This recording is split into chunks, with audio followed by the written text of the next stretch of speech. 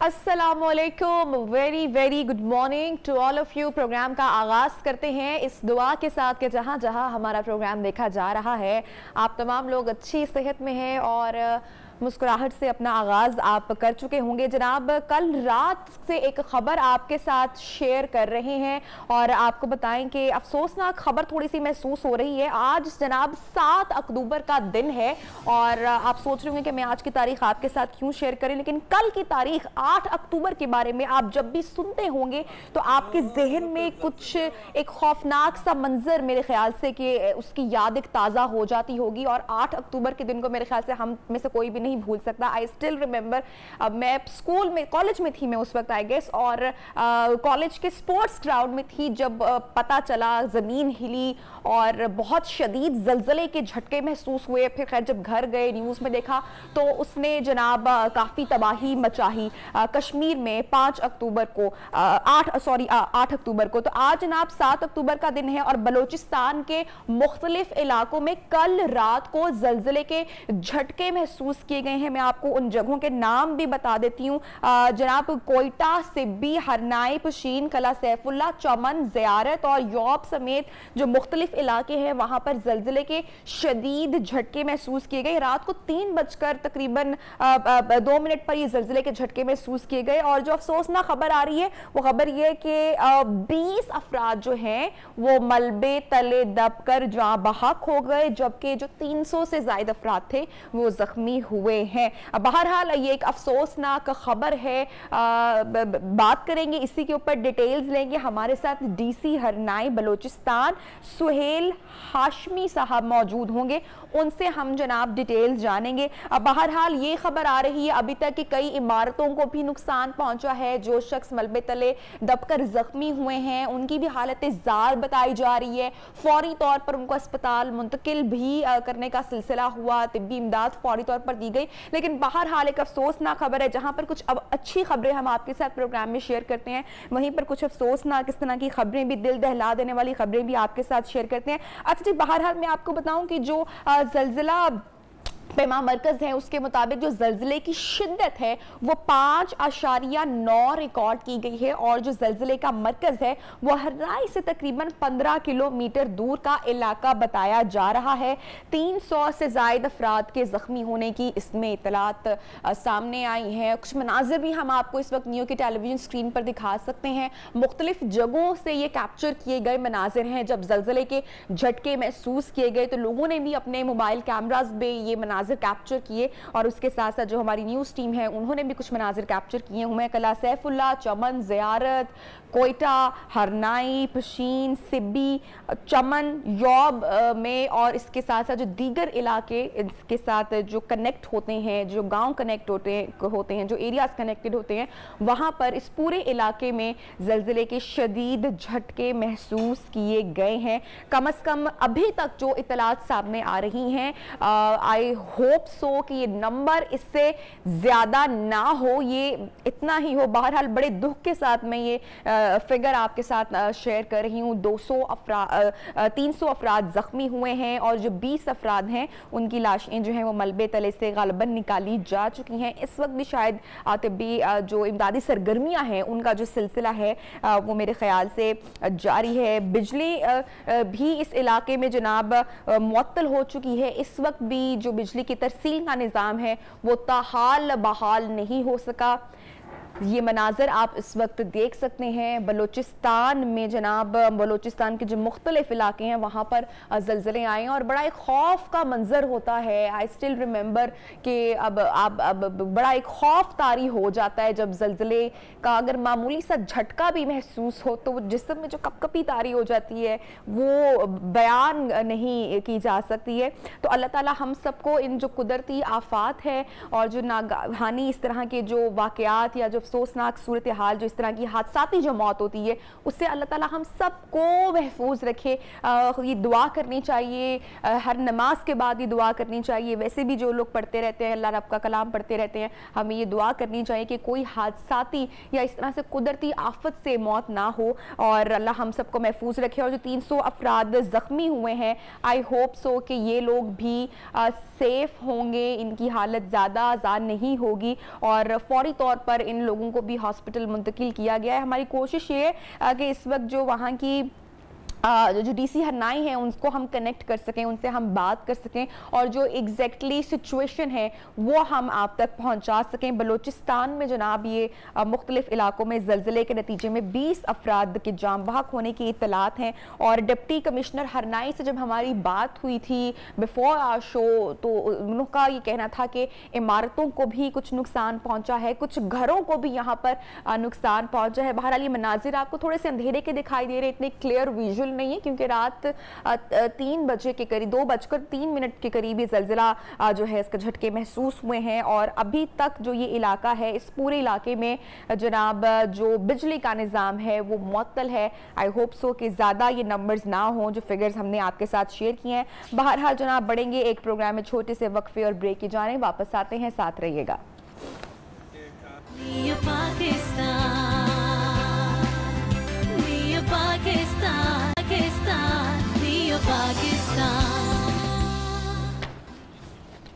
Welcome back जनाब। Programme में आपको एक बार फिर से हम कहते हैं खुशामदीद और हमारे बचपन के पसंदीदा किरदार, लोग, फनकार, लेजेंड्स हम देख रहे हैं अपनी ज़िंदगी में कि एक एक करके रुखसत हो रहे हैं, हमसे जुदा हो रहे हैं, मगर जो भी लोग जा रहे हैं मेरे ख्याल से कि उनका नाम हमेशा रहती दुनिया तक ज़िंदा रहेगा। जनाब उमर शरीफ साहब को कल जो है उनकी तदफीन हो गई। हमारी दुआएं जो हैं उनकी फ़ैमिली के साथ, अल्लाह ताला उनका ये जो आखिरी सफ़र है वो आसान करे। बहरहाल कल जो है वो सिक्योरिटी के इंतज़ामात के हवाले से और किस किस ने उनकी नमाज जनाजा में शिरकत की, कौन कौन कराची पहुँचा, ये सारी तफसीलात आज हम लेंगे हमारी न्यूज़ रिपोर्टर मोना से जो कि इस वक्त मौजूद है कराची में। अस्सलाम वालेकुम मोना, बताइएगा हमें कि कल के जो इंतज़ामात थे वो किस तरीके से थे, किस किस ने शिरकत की नमाज जनाजा में?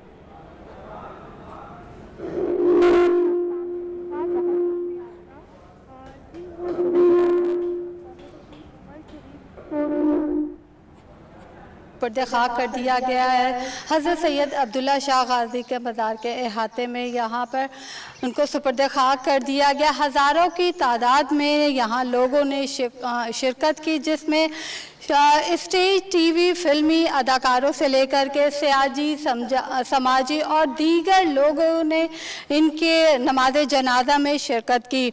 कराची में गवर्नर सिंध, वज़ीर आला, एडमिनिस्टर कराची मुर्तज़ा वहाब और दीगर सियासी शख्सियात, समाजी शख्सियात और अदाकारों की एक बहुत बड़ी तादाद, जिनमें जावेद शेख और लाहौर से ख़ास आए अफजल खान, जॉन रैम्बो और दीगर बहुत सारे मकबूल फनकार थे जिन्होंने इनकी नमाज जनाजा में शिरकत की और यहाँ इनकी तदफीन तक वो इनके साथ रहे। तमाम लोग ही जो है वो हर आंख अश्कबार थी अपने प्यारे को जुदा होते हुए।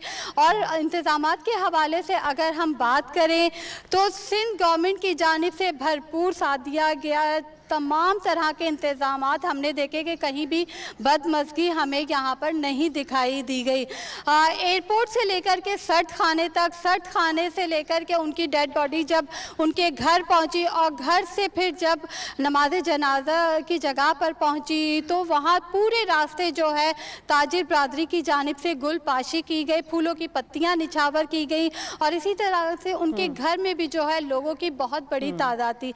हज़ारों की तादाद में लोगों ने उमर शरीफ को रुखसत किया। आहों और सिस्कियों के दरमियान उनको जो है सुपुर्दे खाक किया गया।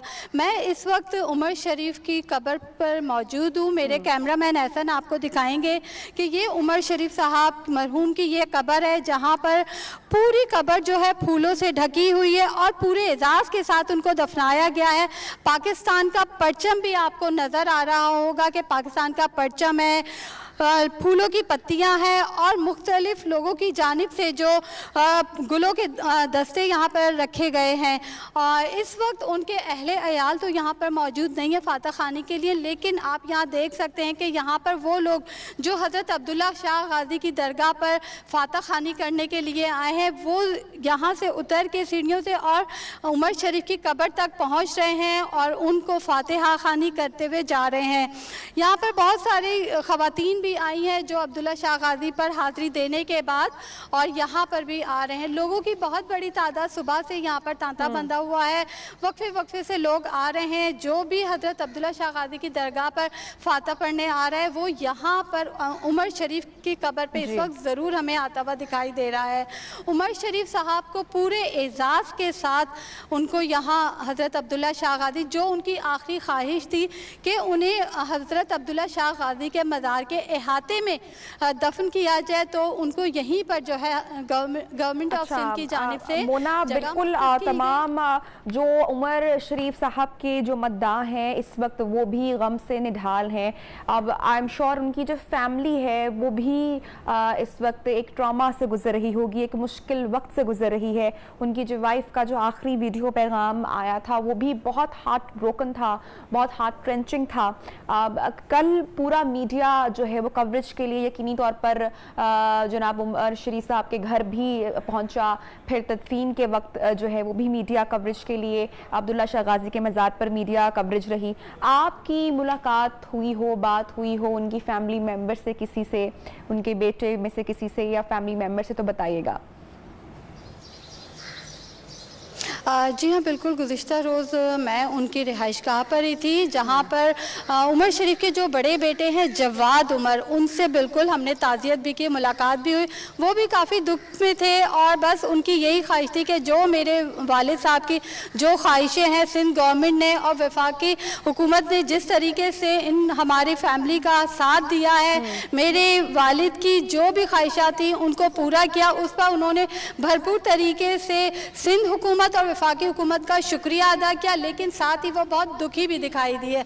उनका एक उनके दिल में जो ख्वाहिश थी वो ये था, दुख था जो नज़र आ रहा था, दारो कतार रो भी रहता, वो ये कह रहे थे कि बस मौत का दिन तो मुअय्यन होता है, लेकिन क्या पता अगर थोड़ा पहले ये काम हो जाता तो शायद आज मेरे वालिद दरमियान में थे। लेकिन वो कहते हैं ना कि तमाम काम अल्लाह की तरफ से होते हैं और बेशक मौत बरहक है, हर एक ने वापस अल्लाह की जानिब लौटना है। बहरहाल सिंध गवर्नमेंट की जानिब से भरपूर इंतजाम देखने में आए।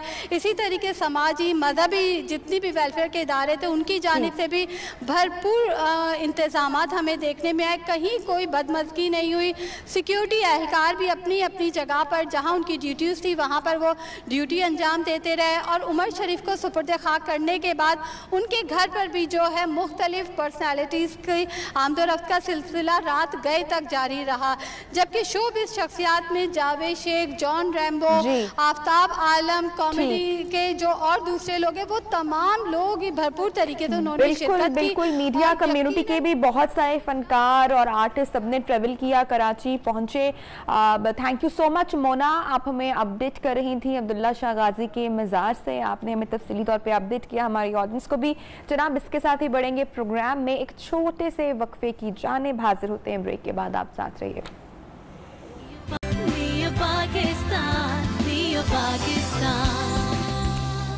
Welcome back once again in Neo Pakistan. जनाब आपको प्रोग्राम में खुशामदीद कहते हैं और हमारे जनाब prime minister of Pakistan Imran Khan की जो ज़िंदगी है, उनकी जो ज़िंदगी का सफ़र है from a cricket star, from a world star to the prime minister of Pakistan, बड़े उतार चढ़ाव उन्होंने अपनी ज़िंदगी में देखे और हमने देखा अपनी ज़िंदगी में एक्सपीरियंस किया कि किस तरह से एक रॉक स्टार का सफ़र, एक रॉक स्टार क्रिकेटर का सफ़र, और उसके बाद जो उनकी ज़िंदगी में जो टर्निंग पॉइंट आया, जो उनका पॉलिटिकल करियर और जो स्पिरिचुअल जो उनका जो रूहानियत की तरफ जो रुजू था वो हम सब ने वो देखा। तो जनाब अब इमरान खान की ज़िंदगी पर एक फ़िल्म बनाई गई है जो किसी और ने नहीं बल्कि हमारे पाकिस्तान की एक और नामवर शख्सियत जिनका ताल्लुक म्यूज़िक इंडस्ट्री से है। कौन नहीं जानता जनाब सलमान अहमद साहब को। तो उन्होंने ये एक डॉक्यूमेंट्री बनाई है जिसकी जो एक सीरीज़ की तकरीबन 4 एपिसोड हैं। सलमान साहब से हम खुद भी डिटेल्स में जानेंगे कि कहां से ये आइडिया और ये ख्याल उनको आया।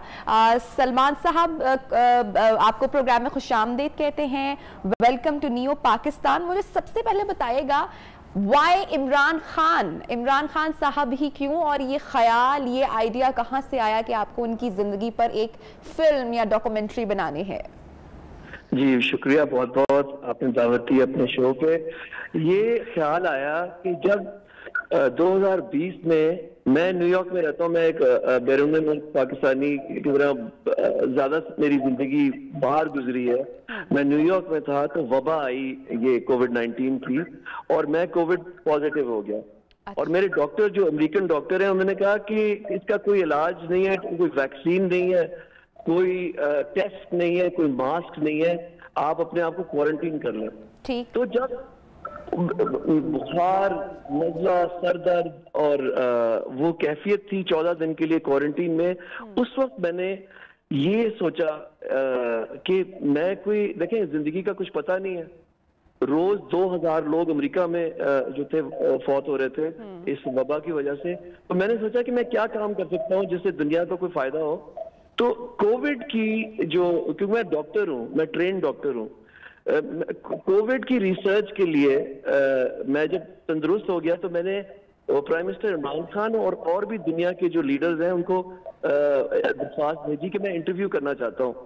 तो प्राइम मिनिस्टर इमरान खान ने वो एक्सेप्ट कर ली रिक्वेस्ट, और वो जब मैंने इंटरव्यू करने गया, मैं न्यूयॉर्क से आया इस्लामाबाद, और वो इंटरव्यू वो इतनी गहराई में गया कि जब मैंने पूरी रिकॉर्डिंग देखी मैंने कहा ये तो सिर्फ कोविड पे नहीं बेस्ड है, ये तो एक पूरी फिल्म बन सकती है 4 हिस्सों की। हाँ। तो ये इस तरह ख्याल आया।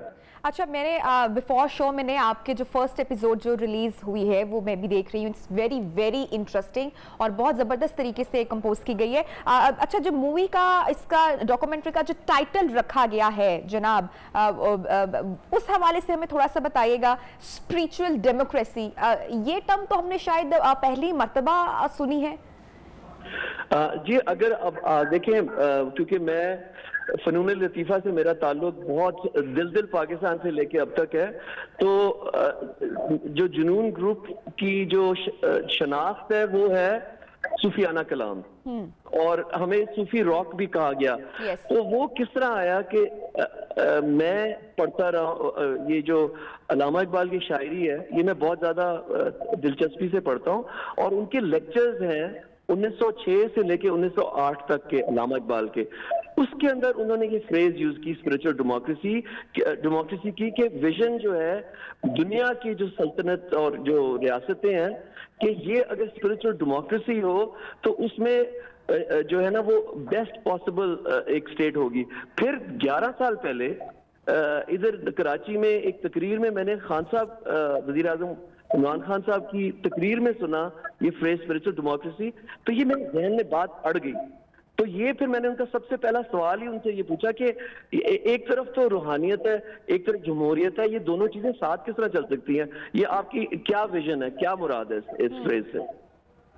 अच्छा, अब सलमान, जो अभी मैं फर्स्ट एपिसोड भी देख रही थी, अब 4 एपिसोड गालिबन जैसा कि आपने बताया इस सीरीज की हैं, तो जो पहली एपिसोड हम देखते हैं उसका टाइटल है जर्नी ऑफ सेल्फ डिस्कवरी।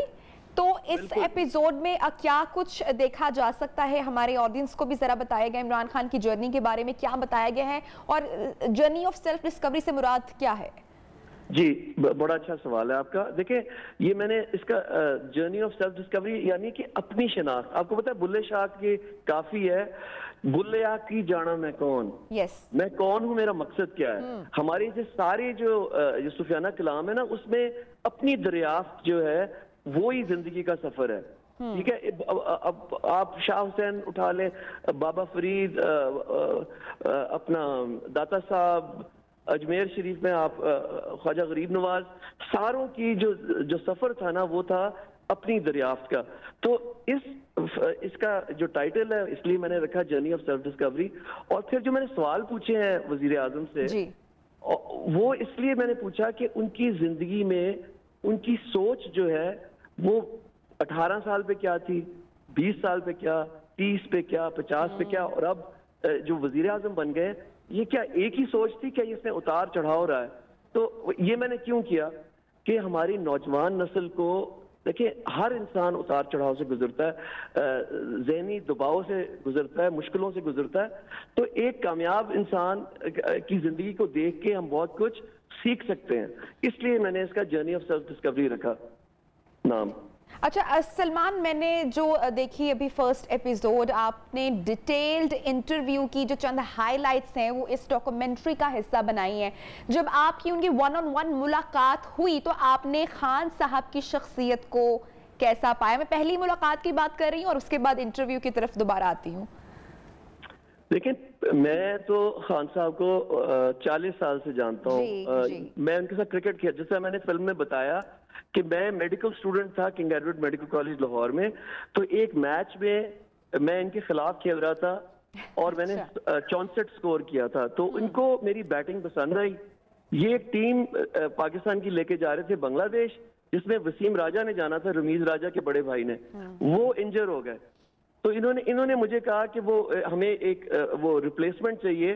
तो ये पहला टूर है बांग्लादेश का, क्या तुम जाना चाहोगे? मैंने कहा जी मैं बिल्कुल जाना चाहूंगा। तो मैंने कॉलेज से स्पेशल परमिशन ली, मेडिकल कॉलेज से, कि मुझे वसीम अकरम, रमीज राजा, इन सारों के साथ जाने का ये मौका मिले। और इमरान खान की मैंने क़यादत देखी। वो जो टूर था ना बांग्लादेश का, उसमें मैं बहुत करीबी से देखा कि इनकी लीडरशिप में क्या ऐसे पहलू हैं। और वो फिर जब ये इंटरव्यू मैंने किया, वो चीजें मेरे जहन में तो सारी थी, और पिछले 40 साल जो गुजरे हैं तो मैंने उस तरह वो सवाल तरतीब दिए। अच्छा, आपने बात की खान साहब की लीडरशिप की बात की, आप उनके शदाई भी रहे हैं और मद्दाह भी रहे हैं। वैसे तो बहुत सारे लोग आपके फैंस हैं, लेकिन आप खान साहब के भी फैंस हैं और ये डॉक्यूमेंट्री बनाना हमें उससे पता भी चलता है। आपने अभी बात की कि लीडरशिप के जो हैं वो पहलू और सारा, क्या ऐसी मुनफरिद बात आपको लगती है इमरान खान साहब में जिसने मजबूर किया कि आप डॉक्यूमेंट्री बनाएं, उनकी ज़िंदगी के मुख्तलिफ पहलुओं को उजागर करें और कोई और नहीं? बहुत अच्छा सवाल आपने पूछा। देखें, जो सबसे कोर जो पैगाम जो मुझे नजर आया ना, जिसकी वजह से मैंने इंटरव्यू किया, वो ये है कि ये हार से डरते नहीं हैं। अच्छा, ये नाकामी से डरते नहीं है। अगर आपकी इनकी क्रिकेट की जिंदगी देखें और फिर अस्पताल की और फिर ये जो सारा जो सियासत का, इसमें इनको बार बार नाकामी का सामना करना पड़ा है। इनको बार बार हार का सामना करना पड़ा है। Even in politics, sorry, even in politics, सियासत में भी एक उनकी जर्नी रही है। ऐसा नहीं हुआ कि बहुत स्ट्रगल के बाद वो इस जर्नी तक, इस जगह तक अभी पहुंचे हैं। उसके पीछे भी एक पूरी कहानी है, एक स्टोरी है, एक जर्नी है, एक स्ट्रगल है। तो आपने बिल्कुल सही इसका जो तज्जिया किया है कि जो इनकी क्रिकेट के अंदर, इनकी शुरू में क्रिकेट में इनका लोग मजाक उड़ाते थे। इनका पहला जो मैच था ना, बहुत बड़ी नाकामी हुई इनको, और ये तकरीबन 3 साल के लिए ड्रॉप हो गए थे। तो जिस तरह क्रिकेट में हुआ, उसी तरह अस्पताल के अंदर भी बहुत ज्यादा शुरू में मुश्किलात इन्होंने देखी, और फिर 0 सीटें मिली पहली दफा जब इन्होंने इलेक्शन लड़ा। तो इसमें ये क्या, इसमें हमारी दिलचस्पी क्या है, एक नौजवान नस्ल या कोई भी अगर देख रहा हो, कि आप हार से ना डरें, आप अपनी गलतियों से सीखें। और फिर तीसरी चीज इसमें सबसे बड़ी ये है कि जो आदमी हर मुश्किल का सामना कर ले, वो फिर किसी शोबे में भी प्रेशर ले सकता है, दबाव के अंडर नहीं आता। अच्छा, और मैंने सुना भी अपनी डॉक्यूमेंट्री में आपसे जो वो इंटरव्यू कर रहे हैं, वो कह भी रहे हैं कि learning from failure and never giving up. तो बिल्कुल आपकी बात जो है वो बजा हुई है। अच्छा, बड़ी इंटरेस्टिंगली मैं आपसे ये पूछना चाहूँगी कि खान साहब अपनी डॉक्यूमेंट्री के एक हिस्से में ये भी कहते हैं कि जनाब मैं शादी नहीं करूँगा, और अब माशाल्लाह उनकी 3 शादियाँ हो चुकी हैं। इस पर आप क्या कहते हैं? खान साहब तो वैसे भी मशहूर है यूटर्न के हवाले से, यूटर्न की इस्तेलाह तो वैसे भी उनके हवाले से काफ़ी यूज़ की जाती है। तो आपको लगता है कि ये भी एक यूटर्न था? देखिए, जिस तरह मैंने आपको बताया ना कि मैं उनको 40 साल से जानता हूँ, तो उस वक्त मैंने बहुत सारे फुटेज और जो आपको फिल्म में नजर आएंगे, अगर आपने पूरी देख ली है, कि 50 साल पुरानी और बचपन से लेके अब तक उनकी जो फुटेज और पिक्चर्स है ना, वो मेरे पास है। क्योंकि मैंने 30 साल पहले इनका इंटरव्यू किया था। उस इंटरव्यू में मैंने इनसे पूछा कि क्या, उस वक्त तो ये क्रिकेटर थे, तो मैंने कहा कि आप क्या सियासत में आएंगे, क्या आप शादी करेंगे? तो उन्होंने उसका जो जवाब उस वक्त दिया वो ये था कि इस वक्त मेरा कोई इरादा नहीं है सियासत में आने का। और शादी के बारे में उन्होंने ये कहा कि मैं समझता हूँ कि इतना ज्यादा जो एक खिलाड़ी की जो जिंदगी है वो मसरूफ होती है कि मैं टाइम नहीं दे सकूंगा अपनी बीवी को। सलमान, मैंने आपसे यहाँ पे पूछना है कि वाकई एक खिलाड़ी की जिंदगी ना सिर्फ मसरूफ होती है बल्कि बड़ी ग्लैमरस भी होती है। स्टारडम जो है वो जिस तरह से खान साहब ने देखा, शोहरत की बुलंदियों को छुआ, और उसके बाद जो हम उनकी एक स्पिरिचुअल जर्नी भी देखते हैं कि एक रॉक स्टार जो है, सेलिब्रिटी, क्रिकेट स्टार, और उसके बाद जैसे वो रियासत मदीना का एक खाका खींचते हैं, पाकिस्तान को जो रियासत मदीना में तब्दील करने का जो वो अपना एक ख्वाब बताते हैं, और जो उनकी स्पिरिचुअल जर्नी है, चूंकि आपकी ऑब्जर्वेशन है फ्रॉम द लास्ट 40 ईयर्स, तो ये कहाँ पे तब्दीली आई, कौन सा टर्निंग पॉइंट था उनकी जिंदगी का जिसने तब्दील कर दिया इतनी ग्लैमरस लाइफ से जो स्पिरिचुअल जर्नी की तरफ उनका रुख हुआ? जी देखिए, उनकी जो अपनी वालदा के साथ ना बहुत ज़्यादा एक अटैचमेंट, एक करीबी रिश्ता, और अपनी वालदा उनकी वालदा का उन पे, शौकत खानम का बहुत बड़ा असर अपने बेटे पे हमेशा था बचपन से। तो ये मैं तो मुझे याद है जब उनको कैंसर हुआ उनकी वालदा को, तो लाहौर में ज़मान पार्क में मैं जाता था उनके पास, और ये मैंने कभी इनको इतने दबाव और परेशानी में नहीं देखा खान साहब को जब जिस दौरान इनकी वालदा बीमार थी। और आपने फिल्म में देखा होगा कि इनकी जो हमशीरा है अलीमा, वो बताती हैं कि जब खान साहब को पता लगा कि इनकी वालदा को कैंसर है, इन्होंने अपनी बहनों को नहीं बताया था कि वो बहुत ज्यादा मतलब उनको तकलीफ होनी थी, तो वो कोशिश कर रहे थे कि इनको बाहर कहीं इलाज, क्योंकि पाकिस्तान में इलाज नहीं था कैंसर का जी। तो वो इन्होंने कोशिश करने के बावजूद उनकी वालदा जो थी वो अल्लाह को प्यारी हो गई। तो वो उसका जो था ना, उनके दिल पे, उनके जहन पे, उनकी जिंदगी के नजरिए पे जो असर वालदा की वफात का था, वो सबसे बड़ा है, जिसकी वजह से इनकी जिंदगी में एक टर्न आई, एक शिफ्ट आई। सलमान साहब, लास्ट आपसे क्वेश्चन पूछूंगे, then I have to take a break. ये डॉक्यूमेंट्री को 4 पार्ट्स में ही क्यों रिलीज किया जा रहा है, और बाकी जो इसके पार्ट्स हैं वो कब रिलीज होंगे? जी 4 पार्ट्स इसलिए हैं कि मैं चाहता था कि पहला वाला जो है ना एपिसोड जो अभी रिलीज किया है, और ये मैं आपको बताता चलूं कि ये सारी दुनिया में रिलीज हुआ है, और कल BBC, जर्मन टीवी, ये सारे इस फिल्म को देख के, क्योंकि उनको एक नया पहलू नजर आ रहा है वजीर आजम के बारे में, खास करके जो भी अफगानिस्तान की सिचुएशन हुई है, तो पाकिस्तान की लीडरशिप का रोल भी बहुत इंपॉर्टेंट है। तो इसको 4 हिस्सों में मैंने इसलिए किया कि पहले उनकी जो सोच थी वजीर आजम बनने से पहले की, वो दिखाई जाए। दूसरा हिस्सा है न्यूक्लियर नेबर्स, यानी कि जो इमरान खान साहब का जो बिल्कुल हमें इसके सेकंड पार्ट का, थर्ड और फोर्थ पार्ट का भी बड़ा शिद्दत से इंतजार रहेगा, and best wishes. I know कि बहुत अच्छा रिस्पांस आ रहा है और मजीद भी बहुत अच्छा रिस्पांस आएगा। Thank you so much Salman for joining us in Neo Pakistan. जनाब वक्फे के जाने बढ़ेंगे, इट्स अ हेडलाइन ब्रेक। जब हेडलाइन ब्रेक से वापस आएंगे तो प्रोग्राम को और गुफ्तगू को आगे बढ़ाएंगे। Stay with us. Welcome back once again in Neo Pakistan. Program में आपको खुशामदीद कहते हैं। और फवाद चौधरी साहब जनाब मुझे बड़े पसंद हैं हमारे, आपको पता है कि वो मिनिस्टर हैं, PTI की हुकूमत से इनका ताल्लुक है, और उनके दिल में जो आता है वो बड़ी अच्छी अच्छी बातें भी कर जाते हैं, बड़े अच्छे अच्छे लॉजिक्स के साथ भी दे जाते हैं।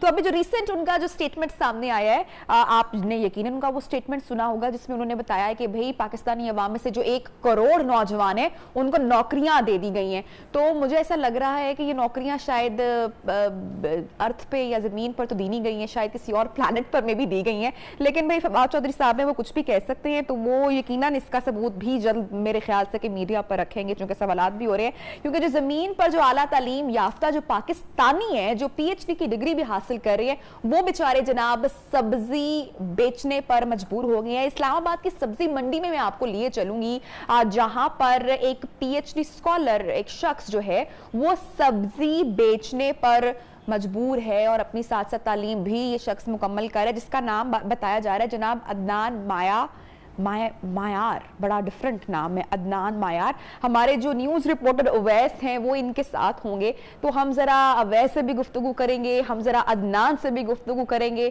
कि जनाब PhD करने के साथ साथ सब्जी फरोश ये जनाब क्यों कर रहे हैं और क्या कहानी है जनाब अदनान की। तो जनाब पहले हम अवैस से बात करते हैं जो उनके साथ मौजूद है। अस्सलाम वालेकुम, good morning Awais, can you hear me?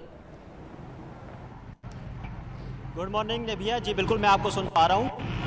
अच्छा, अवैस हमें जरा बताएगा जो अदनान मायार है, और इनका नाम भी जरा मुझे करेक्ट करके बताएगा कि इट्स अदनान मायार, और ये जनाब सब्जी फरोश कर रहे हैं और साथ साथ ही इज अ पीएचडी स्कॉलर। जी बिल्कुल नबिया, ये हैरत कौन बात है। अदनान मायार इनका नाम है, और ये भी आपको बताता चलूँ कि पीएचडी ये इस वक्त कर रहे हैं। 1 करोड़ नौकरियों का वादा किया गया, ज़मीन खा गई या आसमान निकल गया। आज तक मैं भी वो 1 करोड़ नौकरियां ढूंढ ही रहा हूं कि वो कहां पर है और किसको मिली। इसके अलावा क्योंकि अदनान का जो ख्वाहिश थी, जो ख्वाब था, वो डॉक्टर बनने का था। प्री मेडिकल इन्होंने कर रखा है। जबरदस्त। तो अवैस मुलाकात करवा देना इनसे हमारी। जो है बिल्कुल बिल्कुल नबिया, मैं इनके पास लेके जाता हूँ। ठेला ये लगाते हैं टमाटर, आलू, प्याज का, और हायर एजुकेशन है।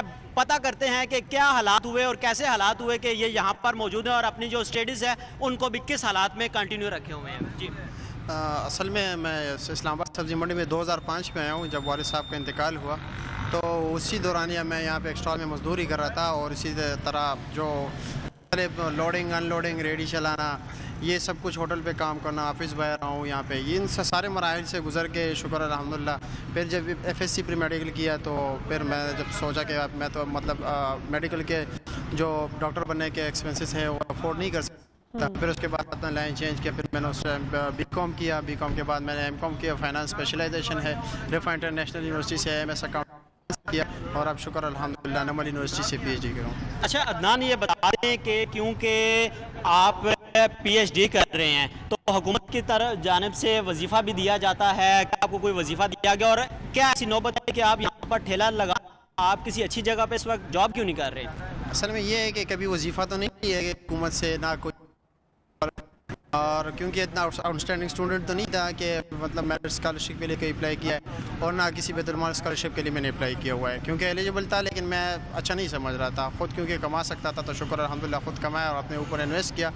और ये इसलिए कि इसी सब्ज़ी मंडी की वजह से इस मकाम तक पहुँचा हूँ, क्योंकि जब वालिद साहब का इंतकाल हुआ तो घर में सबसे बड़ा था, यही पे काम करना पड़ रहा था। तो जो जिम्मेदारियाँ थी उसको भी, और एजुकेशन जो था वालिदा की तरफ से भी, मतलब ये कि वो भी ज़ोर दे रही थी कि नहीं तालीम लाजिमी हासिल करना, और यहाँ के लोगों को भी देख के फिर मैंने कहा वैसे भी टाइम में तो गुजर रही है, अगर इसको कीमती बनाया जाए तो बहुत बेहतर बात है, तो इस तरह अपनी एजुकेशन कंटिन्यू रखिए। अच्छा ये बता दें, क्योंकि जब हायर एजुकेशन में आते हैं तब तक तो ठीक है, लेकिन जब पीएचडी एमएस की तरफ आएँ तो टाइम देना पड़ता है स्टडीज़ को। वो पॉसिबल नहीं होता कि आप इस तरह का सारा दिन काम करें, और ख़ासकर मंडी में क्योंकि रातों को जागना पड़ता है, तो कैसे मैनेज करते हैं सारा कुछ? असल में ये होते हैं, हमारा का जो स्केड्यूल है ना, हम रात को 2 बजे उठते हैं, तो 11 बजे तक हम तकरीबन 11, साढ़े 11, 12 बजे तक हम यहाँ पे काम करते हैं। उसके बाद हम फ्री होते हैं। तो ये है कि एमएस और एमएस में भी थोड़ा बहुत ये तक मुश्किल था, एमकॉम तक तो इतना, लेकिन ये है कि अभी पीएचडी में बहुत मुश्किल होता है, क्योंकि इतनी थकावट होती है। और आपको पता है कि ये पीएचडी जो है ना एक रिसर्च डिग्री है, तो इनके लिए मतलब है कि आपके पास एक प्रॉपर एनवायरनमेंट हो, आपके पास टाइम हो, तो अभी पीएचडी में बहुत मुश्किल है, खासकर अभी रिसर्च वर्क में। मतलब जब कवर है तो हमें पता लगता है, क्योंकि थकावट इतनी होती है। एक प्रॉपर एनवायरनमेंट होना चाहिए, आपके इर्द गिर्द रिसर्चर हो, एक्सपर्ट हो, तब बंदा काम करे तो बंदा अच्छा होता है कि सीखता भी है। और ये कि एक एनवायरनमेंट भी कि बंदे के लिए जो है ना कंफर्टेबल होता है वो एनवायरनमेंट। अच्छा अवैस, जी बिल्कुल, अदनान हमारे साथ मौजूद थे। जैसे कि इन्होंने अपनी जो है वो स्टडीज़ की हैं और अभी भी पीएचडी की डिग्री हासिल कर रहे हैं, तो नौकरी के लिए कितनी दर की ठोकरें खाना पड़ी, कितनी बार मायूस होना पड़ा, और क्यों जॉब इनको नहीं मिली इतनी डिग्रियां पास होने के बाद भी, ये आप ज़रा जानिएगा अदनान से। जी बिल्कुल, आपका सवाल मैं अदनान के सामने रखता हूँ। अदनान ये बता दें कि क्योंकि पीएचडी आप कर रहे हैं, हायर एजुकेशन क्वालिफाइड हैं आप, तो क्यों नौकरी आपको नहीं मिली? क्या आया आपने कहीं पे अप्लाई किया, जॉब नहीं मिली, आज यहाँ पर मौजूद हैं? नहीं, अप्लाई तो कर रहे हैं, लेकिन मार्केट में कंपटीशन इतनी है कि अनएम्प्लॉयमेंट की अगर आपको रेट देखा जाए पाकिस्तान में तो बहुत ज़्यादा है। और ऑलरेडी मतलब पीएचडी है ना वो भी बेरोज़गार है। अगर पीएचडी पे आप जाए तो फेसबुक पे आप देखा जाए तो बहुत से पीएचडी जो है ना वो जॉबलेस है। तो ये कि कंपटीशन बहुत हाई है। हाँ 3-4 यूनिवर्सिटी में अप्लाई किया हुआ है, लेकिन ये हो सकते हैं उनको हमसे कॉम्पिटेंट बंदा मिले हो, लेकिन इंशाल्लाह एक वक्त आगे मिल जाएगी। इंशाल्लाह हम कोशिश करते रहेंगे। अच्छा अदनान, मुझे क्योंकि यहाँ आकर पता लगा है कि आपको एक तो रिसर्च की भी काफ़ी ज़्यादा शौक़ है, रिसर्च वर्क आपका अच्छा है, इसके अलावा आपकी ख्वाहिश है क्योंकि आप डॉक्टर तो नहीं बन सके लेकिन आप किसी यूनिवर्सिटी में लेक्चरर बनना चाहते हैं। क्या फ्यूचर, क्या मुस्तकबिल क्या देख रहे हैं, क्या कोई उम्मीद इस हुकूमत से है कि आपको कोई अच्छी, इतनी अच्छी स्टडीज़ के बाद आपको अच्छी जगह पर जॉब दे सके? इंशाल्लाह मिल जाएगी, हम कोशिश कर रहे हैं, हिम्मत नहीं हारेंगे और ये है कि अपनी स्टडी को कंटिन्यू रखें। के बाद ये प्लान तो ये है कि किसी अच्छी यूनिवर्सिटी में मतलब ये कि बच्चों को पढ़ाए और टीचर बनना भी है, तो इंशाल्लाह हम कोशिश करेंगे, इंशाल्लाह मिल जाएंगे। Owais, thank you so much, आपने हमारी अदनान से मुलाकात कराई। और अदनान, आप अभी तो मुझे नहीं सुन पा रहे, लेकिन अगर आप तक मेरा ये पैगाम बाद में पहुंचे, जब भी आप ये शो देखेंगे, तो मेरी भरपूर दुआएं आपके साथ और पाकिस्तान के हर उस नौजवान के साथ जो टैलेंट रखता है, जो स्ट्रगल करता है, जो मेहनत करता है, जो अपनी फील्ड में आगे बढ़ता है, जो आगे बढ़ने का कम से कम जज्बा रखता है, और खुदा का साथ भी ऐसे शख्स के साथ होता है। जनाब, इसके साथ ही बढ़ेंगे प्रोग्राम एक छोटे से वक्फे और ब्रेक की जाने, वापस आएंगे, हाजिर होंगे वक्फे के बाद, साथ रहिएगा।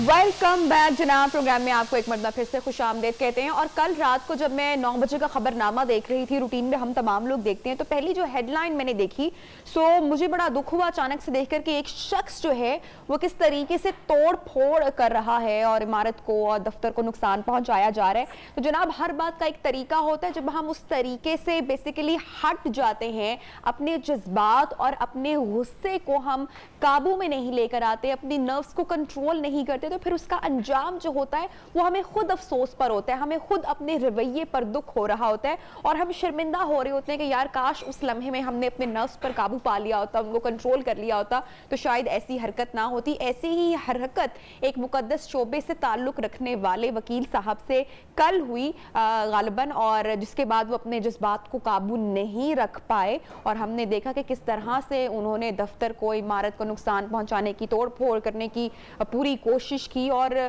जो मनाजिर हैं, अगर वीडियो हमारे पास है तो हम वीडियो, हाँ जी, ये आप वीडियो देखें, आपको लगा होगा कि ये ऐसा क्या हो गया, क्या मामला पेश आ गया कि जो है इतना गुस्सा, इतना इश्तियाल देखा जा रहा है इस शख्स की जानिब से। अच्छा, अब ये कोई पहला वाकया नहीं है कि इस तरह का मामला हो। आई डोंट नो कि मैं इस पर क्या कमेंट करूँ कि इतना गम, इतना गुस्सा, इतना इश्तियाल, इतनी बदतमीजी। आई एम श्योर कि अगर ये खुद भी अभी खबरों में देख रहे होंगे, क्योंकि मीडिया पर तकरीबन हर चैनल पर ये वीडियो, ये खबर नशर की गई, तो उनको खुद भी जो है वो एहसास शर्मिंदगी हो रहा होगा। और अगर नहीं हो रहा तो मेरे ख्याल से मैं अपनी ज़मीर में एक मरतबा झांकने की ज़रूरत है कि इस तरह का जो रवैया है वो किस चीज़ की अक्कासी करता है, वो हमारी तरबियत बताता है, हमारा मिजाज बताता है, या क्या बताता है। अच्छा जी जनाब, ये तो आपने देखा पूरा मामला के जो है वो लाहौर हाई कोर्ट के जो एक वकील साहब थे वो अपने आपे से बाहर हो गए। अच्छा जी जनाब, अब बहरहाल प्रोग्राम में ज़रा आगे बढ़ते हैं और जो अनोखी खबर मैं आपके साथ शेयर करने जा रही हूँ, जो मैंने पहले भी जब हम अदनान से बात कर रहे थे और उवैस से बात कर रहे थे, जो PhD स्कॉलर जो इस्लामाबाद की सब्जी मंडी में सब्जी फरोश थे, तो हमने तब भी शेयर किया कि जो फवाद चौधरी साहब हैं, उन्होंने जो स्टेटमेंट सामने दी है that is very very shocking. तो उन्होंने जो कहा है कि 1 करोड़ नौकरियां फराहम कर दी गई हैं और किसी को कानो कान खबर भी नहीं हुई है। अच्छा, अब जैसा कि मैंने पहले बताया कि ये जनाब काम सिर्फ जो है वो फवाद चौधरी साहब कर सकते हैं, लेकिन आई एम श्योर इसका कोई इश्तिहार भी आया होगा या मीडिया पर इससे पहले आके बताया भी गया होगा, लेकिन मेरे ख्याल से ऐसा कुछ नहीं हुआ। वादा तो हाँ किया गया था कि 1 करोड़ नौकरियां जो हैं वो पाकिस्तान के जो जवान हैं उनके लिए रखी जाएंगी, मुख्तस की जाएंगी, उनको मिलेंगी, और ये वादा था, ये तो हम सबको पता है, लेकिन ये वादा पूरा कब हुआ ये हमने नहीं देखा। और अचानक से मिनिस्टर साहब आते हैं और वो आके ये स्टेटमेंट दे देते हैं, जिसके बाद मेरे ख्याल से कि एक थोड़ा सा शोर भी मचा कि भाई कहाँ से नौकरियां मिल गई, किसको नौकरियां मिली, कहाँ इश्तिहार आया और किन अफराद को ये नौकरियां मिली। बहरहाल फवाद चौधरी की जानिब से तो ये बात साबित हो चुकी है कि उनकी जो है वो ये 1 करोड़ नौकरियां जो हैं वो हुकूमत दे चुकी हैं। इसी पर बात करेंगे। हमारे साथ जनाब मौजूद हैं सीनियर तज्जियाकार अमार मसूद साहब। अमार साहब, thank you so much for joining us. आपने न्यू पाकिस्तान में हमें ज्वाइन किया। मैं ये जानना चाह रही हूँ कि वादा तो किया गया था, ये तो हमारे नॉलेज में था कि 1 करोड़ नौकरियां पाकिस्तानी अवाम के लिए रखी गई हैं और उनको दी जाएंगी, लेकिन सर ये हुआ कब?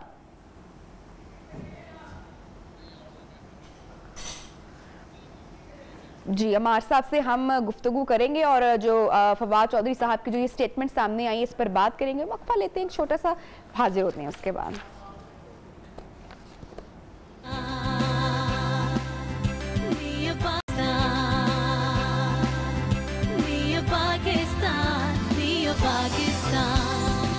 वेलकम बैक जनाब, प्रोग्राम में आपको एक मरतबा फिर से खुशामदीद कहते हैं। और फवाद चौधरी साहब का जो स्टेटमेंट सामने आया है कि 1 करोड़ आवाम को नौकरियां फराहम कर दी गई हैं, उसी के ऊपर बात करने के लिए हमारे पास सीनियर एनालिस्ट अमार मसूद साहब ने हमें ज्वाइन किया है। Sir, thank you so much for joining us.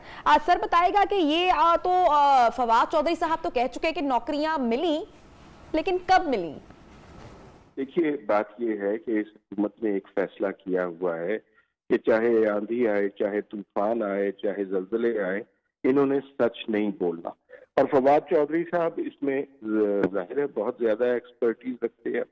और ये बात अगर वो कहते हैं कि इस हुकूमत में 40 लाख लोग बेरोजगार हुए हैं, तो वो बात बिल्कुल दुरुस्त थी। लेकिन ये बात कि नौकरियां मिली हैं, हर रोज हम खबरें सुनते हैं कि आज फलां डिपार्टमेंट से 16,000 लोग फारिग हो गए, मीडिया से कितने लोग फारिग हुए, बेतहाशा लोगों को बेरोजगारी की लकीर में आ गए। और फिर ये कहना कि ये पंजाब गवर्नमेंट ने 40 लाख नौकरियां दे दी गई। पंजाब गवर्नमेंट के हेल्थ डिपार्टमेंट में शायद इतनी कैपेसिटी नहीं है। 2018 में अगर आपको याद हो, पाकिस्तान में एक सर्वे के मुताबिक 40 लाख लोग बेरोजगार थे। तो 40 लाख बेरोजगारों को अगर इन्होंने 1 करोड़ नौकरियां दे दी हैं, इसका मतलब है कि हर शख्स के हिस्से में 2.5 नौकरी आई है, यानी दो 3 नौकरियां कर रहे हैं।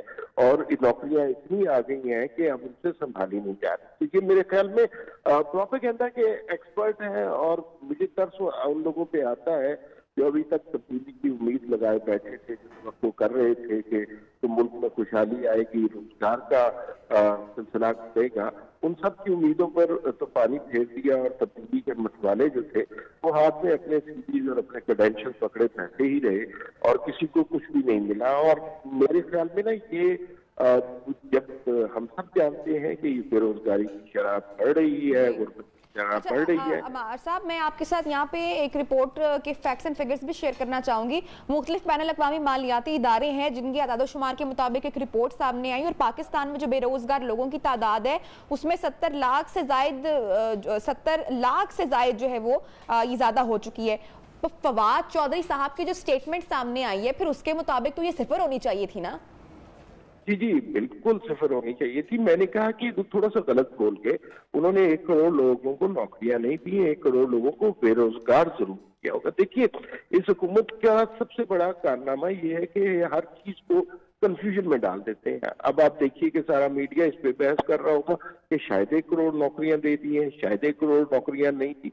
तो ये कंफ्यूज करके मुल्क की, मतलब आपने देखा होगा कि इस वक्त मुल्क में किसी को पाकिस्तान का ग्रोथ रेट नहीं पता। कोई 4 कहता है, कोई 3 कहता है, कोई 1 कहता है, कोई माइनस कहता है, इसलिए कि उसे कंफ्यूज कर दिया है। और जो हमारे वजीर खजाना है वो भी उसके बारे में क्लूलेस है। तो ये कंफ्यूज करके लोगों को बेवकूफ बनाते हैं। लेकिन मेरे ख्याल में ना लोग अब काफी उनकी तबीयत भर गई हुई है तब्दीली से और इस तरह के झूठ बोलने से। मतलब ये बहुत सारी ऐसी बातें करते हैं कि जिनका कोई डायरेक्शन नहीं होती, कोई रूट्स नहीं होती कि मुल्क में महंगाई कम हो। अब इसके बाद आप जो मर्जी करते फिरे, इन्होंने नहीं मानना। लोग इस बहस में पड़े रहेंगे, नहीं फला अशारिया, फला आदात, फला चीजें। लेकिन पेट्रोल की कीमत रोज बढ़ा रहे हैं और फिर कह रहे हैं कि नहीं, पेट्रोल की कीमत जो है वो कम हो गई है, दुनिया की मार्केट में कम है। ये कंफ्यूजन का शिकार कर देते हैं और अल्हम्दुलिल्लाह हमारा मीडिया उसको इस तरह फॉलो करता है कि वो उस कंफ्यूजन में मजीद इजाफा हो जाता है। आप देखिए कि हर डिपार्टमेंट में लोग हैं वो निकाले जा रहे हैं। पढ़ा लिखा नौजवान जो पाकिस्तान का है वो सख्त मायूस है, उसको नौकरी चाहिए। उसने इतनी तालीम हासिल की है, अपने वालिदैन का खर्चा कराया है, खुद तालीम पर खर्चा किया है, अच्छी डिग्री हासिल की है, उसके बावजूद उसके पास नौकरी नहीं है। और वो जब ये सुनता है इस तरह के बहतान, इल्जाम और झूठ के इस मुल्क में 1 करोड़ नौकरियां दे दी गई हैं लोग, और फिर ये किसी दिन अचानक ये भी होगा कि इस मुल्क में 50 लाख घर भी बन गए, फिर ये भी कहेंगे कि ये इस मुल्क की इकोनॉमी अमेरिका से ऊपर भी चली गई है। ये तो कुछ भी कर सकते हैं, ये इनका आर्ट है। ये इस मामले में बेतहाशा एक्सपर्ट लोग हैं, और मेरे ख्याल में जो सूरत हाल इन्होंने मुल्क की क्रिएट कर दी है, तो वक्त आएगा कि जब इनसे इनके झूठ का हिसाब लिया जाएगा। और देखिए वो वक्त पॉलिटिकली आए ना आए, लेकिन एक स्टेज आती है कि जब गरीब आदमी की, जो बेरोजगार है, उसको बददुआ लगती है, तो ये बददुआएं लेने के मास्टर हैं। ये उस बेरोजगार शख्स के मुंह पे तमाचा मारने वाली बात है कि अगर देखें, अगर फवाद चौधरी साहब ने स्टेटमेंट दी है जिस तरीके से, तो ये तो खुद वो फिर हुकूमत के खिलाफ नहीं आपको लगता चले गए कि क्या ये फिर अब एक स्कैंडल नहीं बनेगा? क्या जो अपोजिशन को मौका नहीं मिलेगा? नहीं नबी है, बिल्कुल भी नहीं बनेगा, इसलिए कि ये कोई वाहिद स्टेटमेंट थोड़ी है। आप गुज़िश्ता 3 साल उठा लीजिए, 3 साल में हर स्टेटमेंट ऐसी है। ये फेक न्यूज के ये जो 1 करोड़ नौकरियां देना पाकिस्तान की तारीख की सबसे बड़ी फेक न्यूज थी। अब देखिए इसके बजाय हो क्या रहा है कि जो ये शख्स फेक न्यूज दे रहा है वही सबसे ज्यादा चिल्ला रहा है कि नहीं, फेक न्यूज खत्म होनी चाहिए। आप कौन सी स्टेटमेंट ऐसी है जो इनकी दुरुस्त साबित हुई है?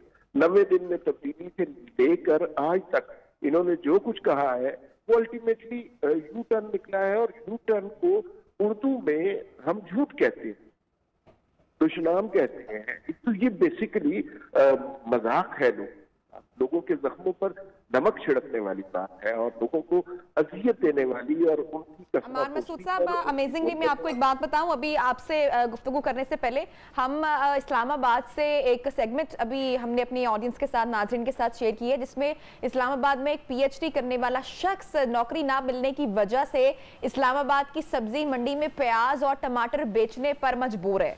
ये हालात हैं लोगों के। जी बिल्कुल, ये मैं आपको बताऊं कि that person was very lucky कि वो मीडिया की नजरों में आ गया और वो इस्लामाबाद में रहता था। Imagine educated people living in KPK, Quetta, Punjab के सबर्ब्स में जो रहते हैं या सिंध के जो इलाकों में रहते हैं, और उनकी खबर तो मीडिया पे नहीं चल सकती। और उसमें इंजीनियर्स भी हैं, डॉक्टर्स भी हैं, MBBS भी हैं, साइंटिस्ट भी हैं। वो सारे, अभी आपने यंग डॉक्टर्स का हाल देखा, उनका क्या हाल हो रहा है। तो ये तो सारे पाकिस्तान में सूरत हाल है। मैंने खुद जानता हूँ कि क्लर्क की एक पोस्ट थी, उसके ऊपर MBBS की और डॉक्टर्स ने अपनी CVs भेजे। तो ये तो उन लोगों के साथ जुल्म के मुतरादिफ है ना। और ये बेसिकली आप याद रखिए कि इस तरह की जो हुकूमतें होती हैं वो सर आप समझते हैं कि जब फवाद चौधरी साहब ने जब इतनी बड़ी बात कर दी है, तो अब जाहिर सी बात है थोड़ी सी चर्चा तो होगी स्टेटमेंट की ना, मीडिया पर भी जिक्र होगा, अपोजिशन भी जिक्र करेगी। तो फवाद चौधरी साहब या तो अपनी स्टेटमेंट वापस ले ले, या फिर आकर बता दें कि ये इश्तिहारात कहाँ है, या अपनी बात को प्रूफ कर दें ताकि सवालात ही खत्म हो जाए ना। आप बेसिकली ना वो बातें कर रही हैं जो दुरुस्त बातें हैं कि आप तलाश कर रही हैं कि वो इश्तिहारात को, टेंडर नोटिस को, उन नोटिफिकेशंस को जिनमें ये बात हुई है। लेकिन ये आपको पता है कि ये इनका नॉर्म नहीं है।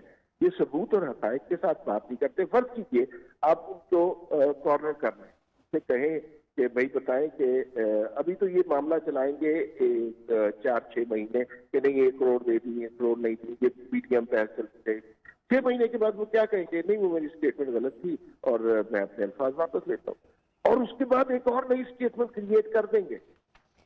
इस वक्त उनका ग्रोथ रेट जो है वो 10 हो गया। अच्छा, फिर भी इस पे बहस पे लग जाएगा, 6 महीने गुजरेंगे, बाद में कह देंगे कि भाई वो गलत बात। तो ये इसी तरह ये ढंग टपाव किस्म की हुकूमत है, ये इसी तरह अपना वक्त गुजार रहे हैं। और मेरे ख्याल में ना ये जो है ना दूसरों को चोर, गद्दार और इस तरह के डाकू, इस तरह के अल्फाज कहते हैं, लेकिन ये जो हुकूमत है ना, अगर इसको समराइज किया जाए तो ये एक वर्ड में समराइज हो सकती है कि ये गरीबों की कातिल हुकूमत, और फिर उसके ऊपर ये हंसते भी। अमार साहब थैंक यू सो मच। लेकिन वो बात ये कि बात तो फवाद साहब ने की बड़ी प्यारी, और जब कोई ऐसी बात करता है ना तो बड़े बुजुर्ग हमारे कहते हैं ना कि तुम्हारे मुंह में घी और शक्कर। तो अगर ये बात तो सच है तो अल्लाह करे कि हमें भी ये कहने का मौका मिले, लेकिन लग नहीं ऐसा रहा। उम्मीद करते हैं कि फवाद साहब जल्द मीडिया पर आएंगे और हकायक और प्रूफ के साथ आएंगे और कुछ ना कुछ ज़रूर खुशखबरी देंगे इंशाल्लाह। अच्छे की उम्मीद रखनी चाहिए। बहरहाल अब प्रोग्राम में लेंगे छोटा सा वक्फा, ब्रेक लेंगे और ब्रेक से वापस आएंगे तो अना माज कुछ गर्मा गर्म बना रही है किचन में और क्या बनाए रही हैं उसकी रेसिपी तो आपके साथ शेयर करेंगी। छोटे से वक्फे के बाद साथ रहिएगा।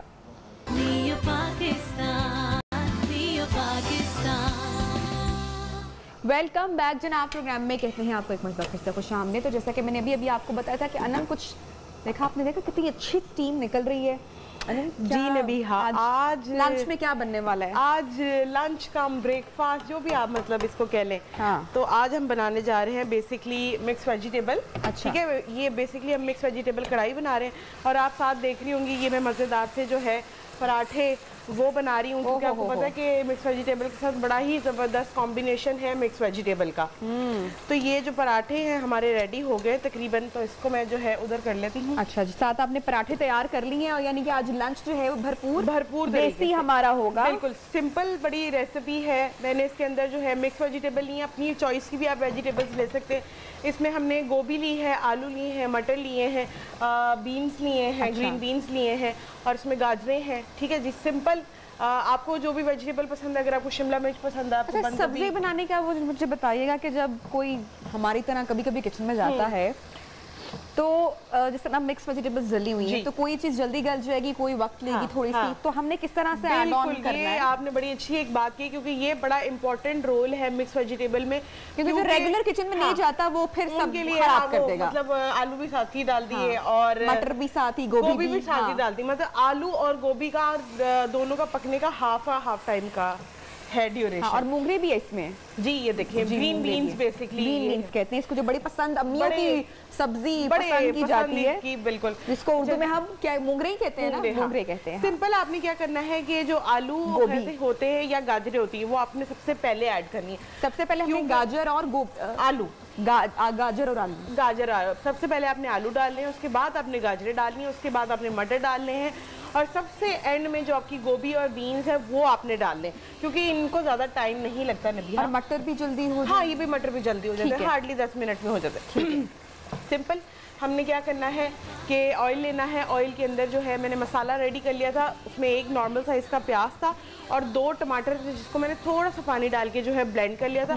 उसके बाद ऑयल में मैंने अच्छी तरीके से उसकी भुनाई करने के बाद मैंने उसमें मसाला जाता ऐड कर दिया। ठीक है। अच्छा, मसालों में इसमें गया है नमक, लाल मिर्च पाउडर है, कुटी हुई लाल मिर्च है, इसमें जीरा है, इसमें सूखा धनिया है। ठीक है जी, और हल्दी डाली है। डालने के बाद अच्छी तरीके से भून लिया। भूनने के बाद मसाला डाला है हमने, पहले मसाला बनाया मैंने उसका, उसके बाद मैंने आलू डाले, डाल के पानी डाल के उसको पकने के लिए छोड़ दिया। ठीक है। उसके बाद सिंपल अच्छा, आलू को हमने प्रॉपर कुक कर लेना है, थोड़ा सा हमने मतलब आप ये समझे कि 90% जो है हमने आलू रेडी कर लेने और 10% जो बाकी वेजिटेबल्स के साथ जो हो जाएंगे। तो मीनवाइल जो इसमें थोड़ी सी चीजें ऐड करते जाते हैं। इसमें मैं थोड़ा सा सूखा धनिया, अब ये वो मसाले हैं जो ऊपर से जाएंगे, क्योंकि हमारी ऑलमोस्ट जो सब्जी है वो रेडी होगी। इसको कर लेते हैं स्लो थोड़ा सा फ्लेम, और ये जाएगा ऊपर से, ये जाएगा सूखा धनिया। अगर हम इसको इतने एंड टाइम पे करेंगे तो ये थोड़ा सा खड़ा नहीं रहेगा, तो ये अच्छा लगता है, अच्छा बेसिकली इसमें फ्लेवर बड़ा अच्छा। ठीक है, मिक्स कर लेते हैं इसको बिल्कुल। उसके बाद हम इसके अंदर ऐड करेंगे जीरा।